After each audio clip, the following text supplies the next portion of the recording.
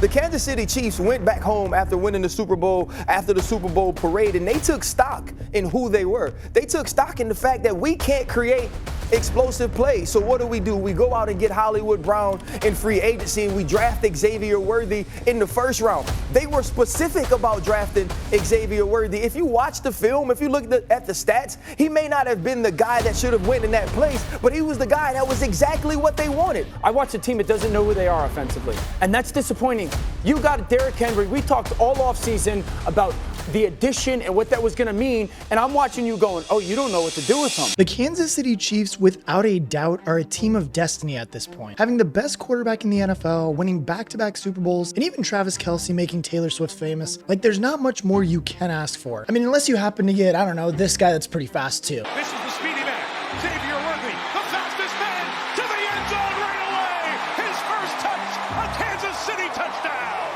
And I think it's safe to say that after yesterday's game, I think we finally got a true glimpse of how scary the Chiefs truly are this season on the offensive and defensive side of the ball. I mean, from start to finish, the Chiefs looked like the far better team last night, and I don't want to jump the gun too much because it is only week one, but the Chiefs look well equipped to become the first team to achieve the three-peat if the pieces keep falling this way, and are going to be a major problem for teams to play this year. And in today's video, I'm going to uncover everything we learned from last night's game and why they look ready to three-peat, as well as how the addition of Xavier Worthy has completely elevated this offense to a level people only imagined, and even talk about what the Ravens need to do to get back on track after this heartbreaking loss. This is how the Kansas City Chiefs are about to completely break the NFL.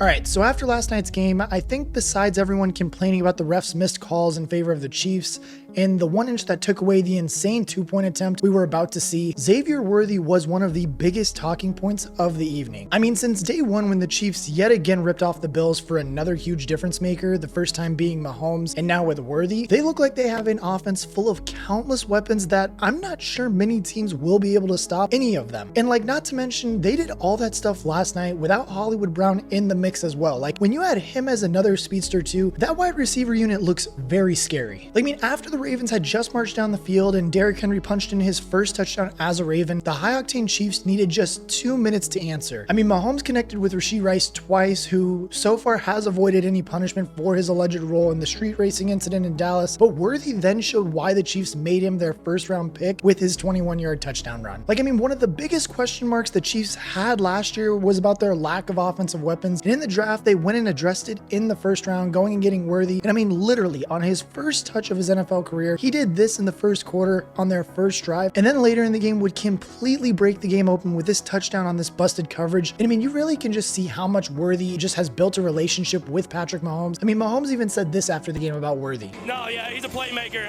To come out here in the first game against one of the best defenses in the league, to score some touchdowns, it's just a start though. He's got a long ways to go. He's gonna be great. I mean, he looks so impressive too. It was pretty cool to see that they also showed this stat too, that he was the second rookie wide receiver with a rushing touchdown and a reception touchdown in the season opener since 1975. I mean, at this point, he pretty much is the first one to do it in like the current era. So I mean, crazy that we haven't seen that done until him. Like, I mean, even when we flash back to training camp and see all of those old clips of them looking this good in shorts, and then to see it in the game makes it so much scarier too. And I think it's so cool too, because even in press conferences that Worthy has had in training camp and up to last night, you can tell that he wanted to be a Chief and even said it too. And bro, this is everything I dreamed of. Like I said before, I didn't want to go nowhere else but the Chiefs. So just having this moment and it showing up how it is, it's just an amazing feeling. And I think that it is a mutual feeling. I think the Chiefs are very happy that they got him as well. And especially inside of this Andy Reid scheme, there's only going to be even more creative ways that they are going to use him, similar to how they used Tyreek Hill, I'm sure of it. Like, it's just going to get completely just scary hours. But with Xavier Worthy only getting the 2 receptions that he did have, along with the end around for the touchdown, it's just kind of crazy how well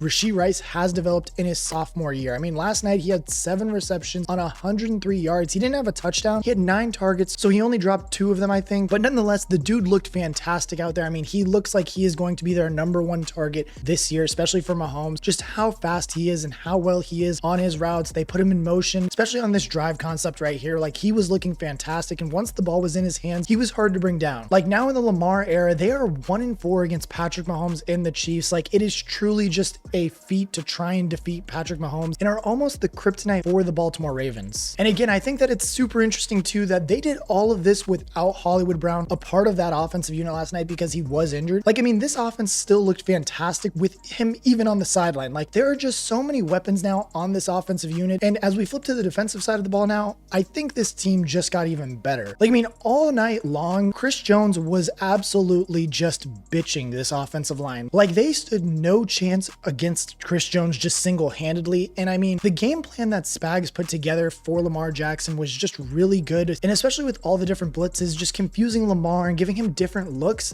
But I think also what helps too is when you look at what the Ravens are going to try to do, everybody knows they want to run the ball. They have Derrick Henry and Lamar Jackson. So what did Spags do? He loaded the box and forced Lamar to become more of a passer. And again, once they did turn Lamar into more of a passer, having Chanel spy on him and kind of just make sure Lamar had to stay inside of the pocket, especially with all the rushing lanes, the defensive tackles and defensive ends were staying in, it really made it tougher for Jackson to just try and make a read, stay in the pocket, and be more of a pure passer. And again, it is only week 1, so I'm sure that once we see the rust kind of get shaken off Lamar, especially with this being the first game too. I mean, yes, it was the first game, but the teams have so much longer to prepare for this week 1 game than any other game in the season. I'm sure that Lamar will be completely fine throughout the season. I mean, it was pretty apparent too that at the beginning of the game, the Ravens wanted to run the ball. I mean, on that first drive, Derrick Henry got handed the ball 5 times, and Lamar even had a big run on the first drive to set them up for that touchdown. So I mean, it was clear to see that they wanted to run the ball. So Spags was able to load up the box early and force the Ravens to pass the ball, and again, just make Lamar a passer. And although he's improved, it's not what he's preferring to want to do. But again, the big difference maker in this game was hands down Chris Jones. I mean, this dude was all over this offensive line just all game long. And we're going to talk about the last 2 plays in a minute, but I just really didn't understand what they were doing with Chris Jones on that last play once we flip to this Ravens side in a second. But again, I mean, Chris Jones was just all over this offensive line. I mean, all throughout the game, the defense just looked fantastic, especially with them not having L'Jarius Sneed. McDuffie was still looking great out there. I mean, Chris Jones had the early forced fumble early in the game to really flip it for the Kansas City Chiefs, which was a big turning point as well. And I mean, once this offensive unit does get Hollywood Brown back and the defense gets back Marlon Tupelo too, they should look super solid throughout the rest of this year. And again, I fully expect this Chiefs team to be in the playoffs. Like, honestly, I think a lot of people, they are starting to talk about it, but this is the only time these 2 teams are going to play this season and could be a major deciding factor in who does get the 1 seed if the Ravens do figure it out and start to get things going. Like, they are going to have to come back to this game all the way in week 1 and see how much it affected the entire season. But now as we get to this Ravens side of the game, I think it's a completely different narrative and kind of just story that we have to tell with how the Ravens played in this game. Definitely some questionable moves on the offensive side of the ball. Their defense looked pretty good for the most part. I mean, obviously they had that blown coverage on Xavier Worthy, but I mean, just the offensive play calling was really strange throughout this entire game. I mean, first we have to mention the O-line rule too, needing to line up on the hip of the center. And it was really affecting the Ravens early in this game. And then obviously we saw the Chiefs later in the game not getting this called throughout the game. It was just really interesting to see how it affected both teams, as well as how I just saw a lot of chipping from the running backs and tight ends. So it kind of was a little bit of a sign that the Ravens don't trust their offensive line fully yet, needing more help to stop Chris Jones, Leo Chanel, and just other guys on that Chiefs defensive line. Like, it really shows me that they don't trust just letting those 5 front guys go and get their job done. But now as we move to the offensive play calling, I mean, honestly, it was just really strange to see just how much they were really throwing a lot of screens in this game, not a lot of downfield passes, which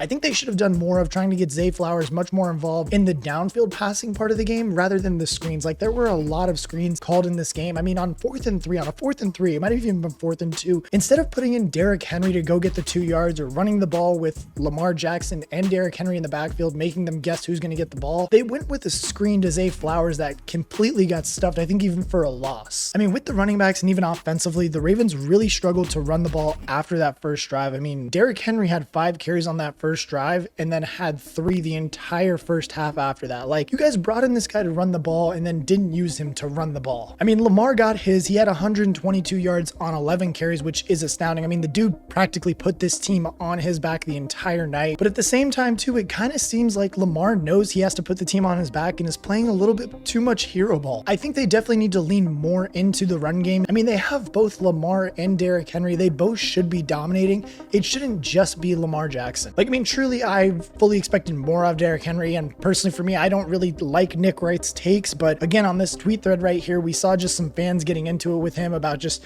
the second tweet says, how about you tweet during the game and have the balls to talk about it during the game and don't talk about that? With the game already over, the Chiefs defense is good. He still got a touchdown on only 13 carries. I don't know what you want him to get with 13 carries.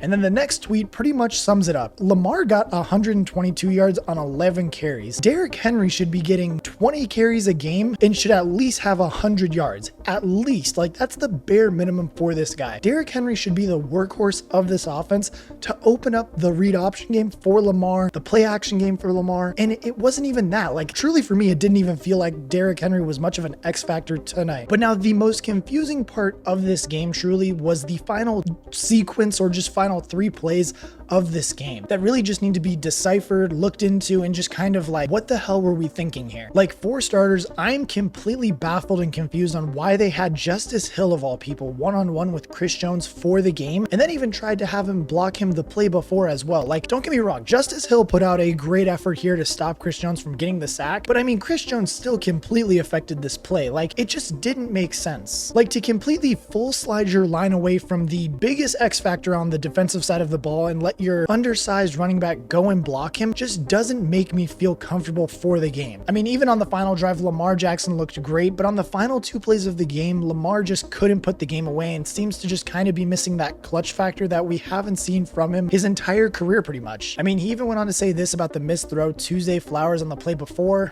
Actually, it was, I went scramble. I see Chris Jones was on Justice Hill. Justice Hill was blocking Chris Jones, so I was trying to help Justice out, and I tried to get out of the pocket. And I seen Bateman like flying across, so I'm thinking Bateman gonna stop. And as I'm throwing the ball, I see Zay flying across. I'm like, can't miss. That wasn't intended for Zay Flowers.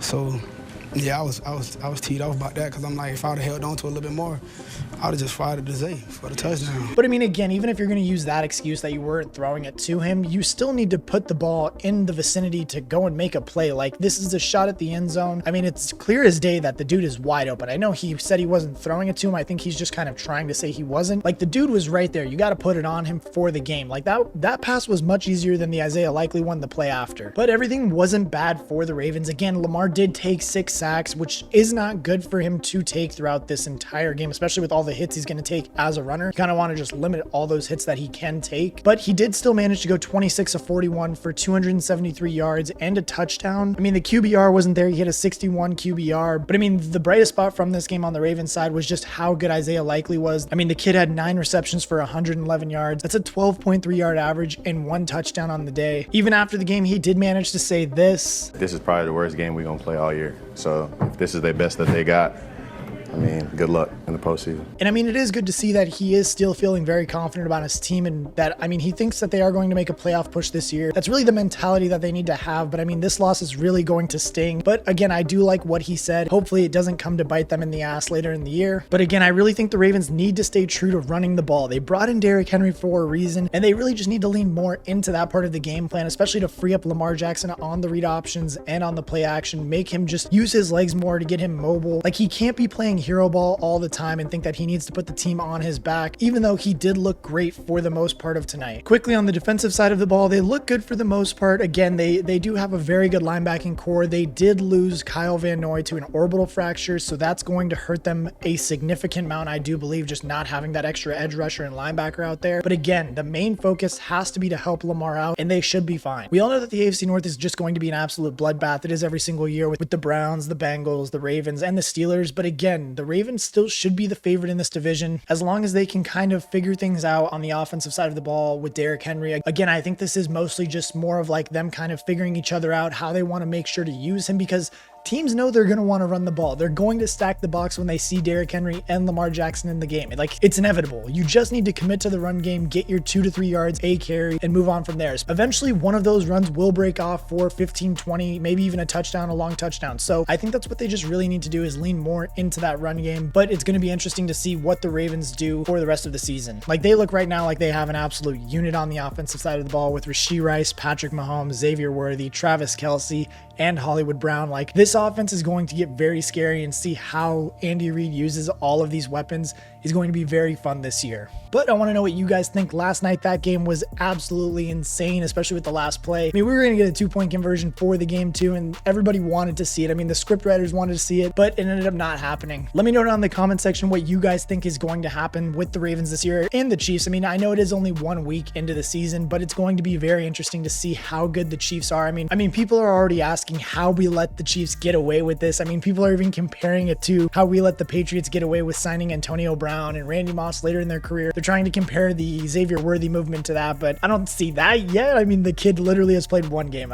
If he turns out to be the next Randy Moss or Antonio Brown, so be it. I mean, we can't predict that, but I think a lot of people are just kind of freaking out right now because we literally let Andy Reid get another weapon that is going to break the NFL because it's just Andy Reid. He's going to find a way to use him, so it's going to be super interesting to see how the Chiefs use these guys throughout the entire year. Let me know what you guys think is going to happen. Were you happy with the results from last night? Give me your boldest prediction down below in the comment section this year for who's going to win the NFC, who's going to win the AFC, and your Super Bowl champion. And if you guys have not, make sure you guys like, comment, and subscribe. Join my Discord if you have not. And as always, I will catch you guys in the next one.